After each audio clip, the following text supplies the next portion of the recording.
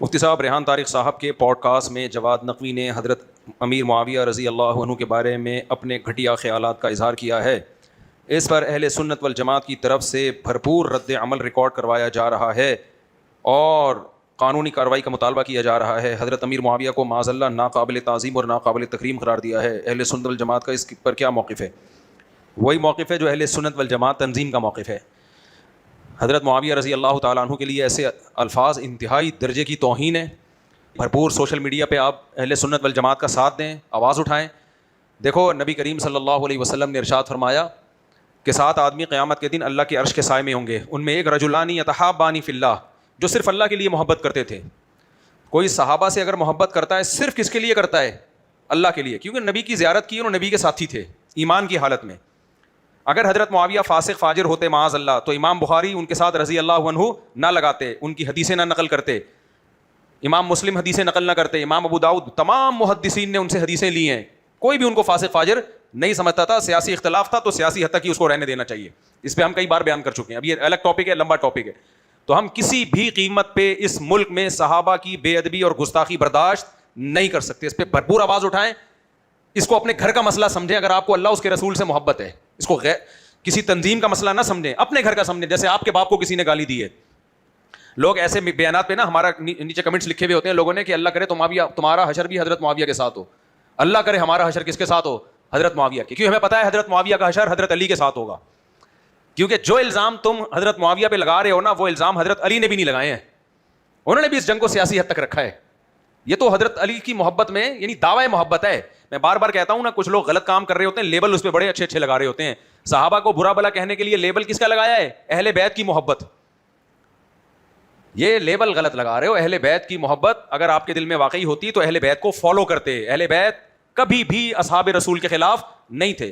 سب سے زیادہ پروٹوکول سیدنا عمر کو حضرت علی نے دیا ہے اور سب سے زیادہ پروٹوکول حضرت عمر نے حضرت علی کو دیا ہے. یہ دونوں بھائیوں کی طرح تھے، مشوروں میں شریک ہوتے تھے.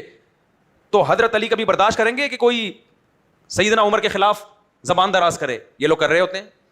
تو انہوں نے اہل بیت کا ایک لبادہ اوڑا ہوا ہے، ایک لیبل اچھا لگایا ہوا ہے، اور اس اہل بیت کی محبت کا سہارا لے کے شیلٹر استعمال کر کے جس صحابی کو چاہیں برا بلا کہتے رہتے ہیں. ایک خارجی آیا حضرت عبداللہ بن عمر کے پاس، یہ شروع سے چلا آ رہا ہے. یہ جو منافقت جو پیدا ہوئی ہے نا، حضرت عثمان رضی اللہ تعالیٰ عنہ کی ساری نیکیاں ایک طرف، وہ حضرت عثمان کی ایک خطا جو غزوہ احد میں قدم اکھڑے تھے، ان کے بہت سے صحابہ کے قدم اکھڑ گئے تھے.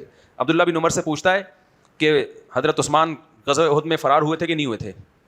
انہوں نے فرمایا کہ اگر ہوئے تھے نا تو اللہ قرآن میں کہہ چکا ہے عفا اللہ عنہم، اللہ نے سب معاف کر دیا ہے. مطلب تجھے اب وہ واقعہ اٹھانے کی ضرورت نہیں ہے. تو یہ جو منفی ذہن ہے نا، حضرت عثمان تو وہ تھے کہ نبی نے جب بیعت رضوان کی ہے نا تو اپنے ہاتھ کو سیدنا عثمان کا ہاتھ قرار دیا ہے، اپنے ہاتھ کو، اور کہا یہ عثمان کا ہاتھ اور یہ میرا ہاتھ ہے، میں عثمان کی طرف سے بیعت کر رہا ہوں. یہ فضیلت کسی صحابی کو حاصل نہیں ہوئی، یہ حضرت عثمان کو بھی برا بلا کہتے ہیں. تو اس لیے میرے بھائی، ان کے دل میں صحابہ کا بغض ہے، وہ کسی طریقے سے اظہار کرتے رہتے ہیں. خوب آواز اٹھاؤ، اس کو اپنا مسئلہ سمجھو. سمجھ میں آ رہی ہے بات؟ اپنے گھر کا مسئلہ سمجھو اس کو. کیونکہ اگر ہم نے اس طرح صحابہ کی ناموس کی حفاظت نہیں کی، یہ آگے بڑھتے چلے جائیں گے، یہ بہت بڑھیں گے آگے. ان کی بریکیں فیل ہیں، ان کا تو مذہب ہی یہی ہے.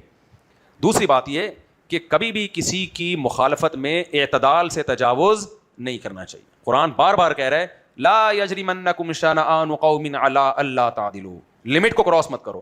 کچھ لوگ ریحان طارق کے خلاف بھی ایف آئی آر کٹوانے کی باتیں کر رہے ہیں کہ بھائی وہ بھی اس بھائی وہ پوڈ کاسٹر ہے، وہ پوڈ کاسٹ کسی کے ساتھ بھی کی جا سکتی ہے. پوڈ کاسٹ کرنے والا اپنے گیسٹ کی زبان سے نکلے ہوئے الفاظ کا ذمہ دار نہیں ہوتا. ریحان طارق نے الفاظ نہیں کہے ہیں، اس کی پوڈ کاسٹ میں جواد نقوی نے الفاظ کہے ہیں. تو ریحان طارق کے خلاف کیوں ایف آئی آر کی باتیں کر رہے ہیں اور اس کو گستاخ کیوں قرار دے رہے ہو؟ یہ پھر زیادتی ہو جائے گی.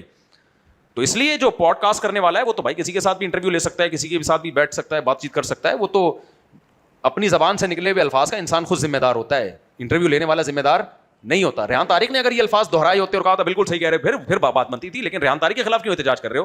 یہ پھر زیادتی ہو جاتی ہے، یعنی یہ اعتراض یہ غلط ہو جائے گا، پھر ظلم ہو جائے گا. اچھا بھائی، کچھ لوگ اچھا ہاں ریحان طارق کی گرفتاری کا مطالبہ کریں، بالکل غلط ہے. ریحان طارق کی گرفتاری کچھ نہیں بنتی. اور یہ کہہ رہے ہیں کہ وہ بھی گستاخی میں شریک ہے، بالکل شریک نہیں ہے. پوڈ کاسٹ جو بھی کر رہا ہوتا ہے، میں نے جیسے بتایا، گیسٹ اپنے زبان سے نکلے الفاظ کا خود ذمہ دار ہوتا ہے. وہ جو انٹرویو لینے والا ہے، جو پوڈ کاسٹ کرنے والا ہے، وہ ذمہ دار نہیں ہوتا. یہ پھر حد سے تجاوز ہو جائے گا، زیادتی ہو جائے گی.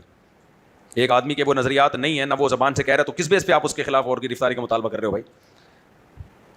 جیو نیوز نے ایک ڈاکومنٹری شیئر کی ہے کہ ہمارے نبی صلی اللہ علیہ وسلم صحابہ کرام رضوان اللہ اجمعین کو دکھایا گیا, اس کے خلاف بھرپور, آج بھی میں نے اس پہ ویڈیو ریکارڈ کروائی ہے, JTR میڈیا سے چلی ہے وہ, تو وہی بس ٹھیک ہے, بس بار بار ایک ہی سوال کو میں نے اس پہ میرا ریکارڈ میں نے کروایا ہے, کل آ جائے گا انشاءاللہ. ولید سے پوچھیں کیا ہے وہ, چل دیا نا, وہ چل گیا یوٹیوب پہ, اس کو میں نے جواب ریکارڈ کروا دیا. اس میں پیمرا جو ہے نا, ان کو تھوڑا سا اپریشیٹ کرنا چاہیے, انہوں نے فوری طور پہ نوٹس لیا ہے, جیو نیوز کا انہوں نے فوراً نوٹس لیا ہے کہ یہ کیوں کیا آپ نے, تو ہاں 15 دن کی پابندی لگا دی ہے.